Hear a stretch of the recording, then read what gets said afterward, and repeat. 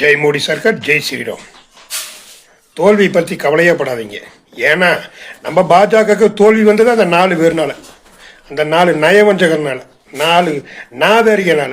அந்த 4 பேர்த்தையும் இனிமேல் இல்லாமல் பண்ணி போடுவான். வாங்க, அண்ணாமலை மீண்டும் தலைவராக பொறுப்பேற்பார். மீண்டும் புது பாய்ச்சலோடு பாஜக தமிழ்நாட்டில் இயங்க வேண்டும். ஆனால் இன்னைக்கு வரைக்கும் சொல்கிறேன், 11.87% இருந்த நம்ம பாஜக கட்சியை 2.97 கொண்டு வந்த இந்த நயினார் நாகேந்திரன், இந்த தமிழிசை, இந்த 4 பேர் பேரை நான் சொல்லணுமா? வாய் கூசுது. அவங்க பேர் சொல்லுங்கன்னா வாய் கூசுது.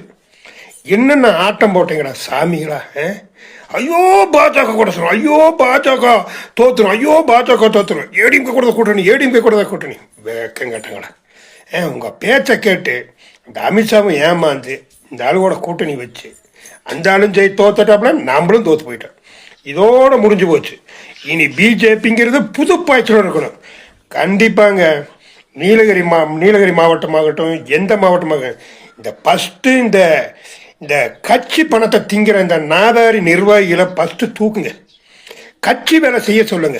ஒரு தலைவங்கிறவன் அத்தனை ஊர் கிராமங்களையும் பின் பாயிண்ட்ல வச்சிருக்கணும்.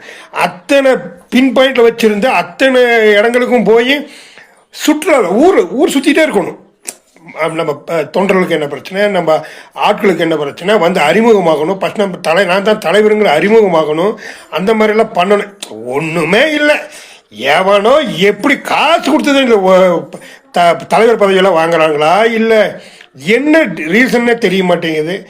ஒரு பைசாக்கு பிரயோஜனமுள்ள தலைவர்களெல்லாம் வச்சுக்கிட்டு, நிர்வாகிகளை வச்சுக்கிட்டு, இதில் மிகப்பெரிய ஒரு மாற்றம் உருவாக வேண்டும். அந்த மாற்றத்தை நம்ம கொண்டு வரணும். அதுக்காக அண்ணாமலைஜி தலைவராக பொறுப்பேற்கணும். மிகப்பெரிய புது பாய்ச்சலோடு 2029 நினைக்கிறேன், நம்ம இது 29 நாம் எம்பி எலெக்ஷனில் மீட் பண்ணலாம். ஜெய் மோடி சர்க்கார், ஜெய் அமித்ஷா தர்பார்.